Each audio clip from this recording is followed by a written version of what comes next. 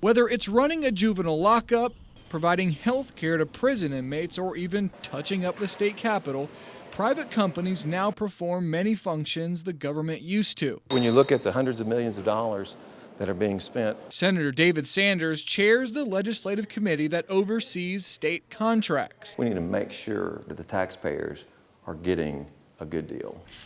Sanders says he's not sure that's always the case. You're dealing with very sophisticated private corporations. The top 10 government contracts currently being executed are worth a combined $1.3 billion.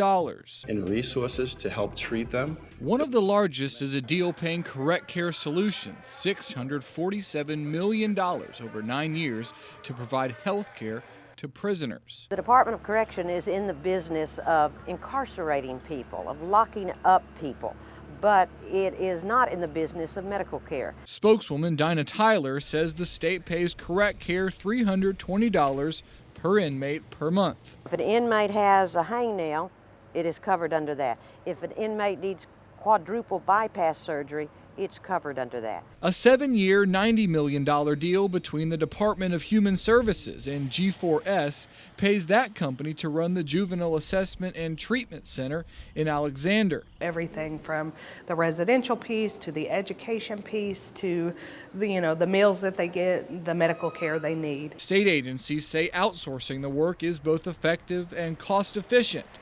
Lawmakers like Senator Sanders largely have to take their word for it. We're dependent on what a particular agency submits. If agencies have problems with outsourced contracts, they can file what's known as a vendor performance report.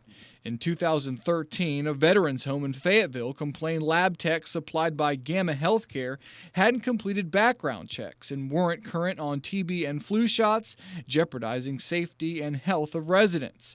This year, prison officials filed a report saying inmate shoes bought from the Shoe Corporation of Birmingham were falling apart in as little as 2 weeks. I think there are things that we can do better. There were an average of 29 vendor performance reports filed per year from 2011 to 2014. This year alone, there are nearly 3,000 individual contracts. Senator Sanders says oversight is only getting tougher. And then you have to look at where we are here. Take, for instance, the $203 million Medicaid infrastructure contract with Hewlett-Packard his subcommittee approved this week. Sanders says it's so complex that it's nearly impossible for anyone in state government to fully understand it. That's a tall order.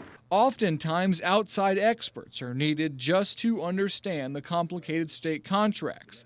That job is, of course, another state contract. In Little Rock, Drew Petromo, KARK4 News.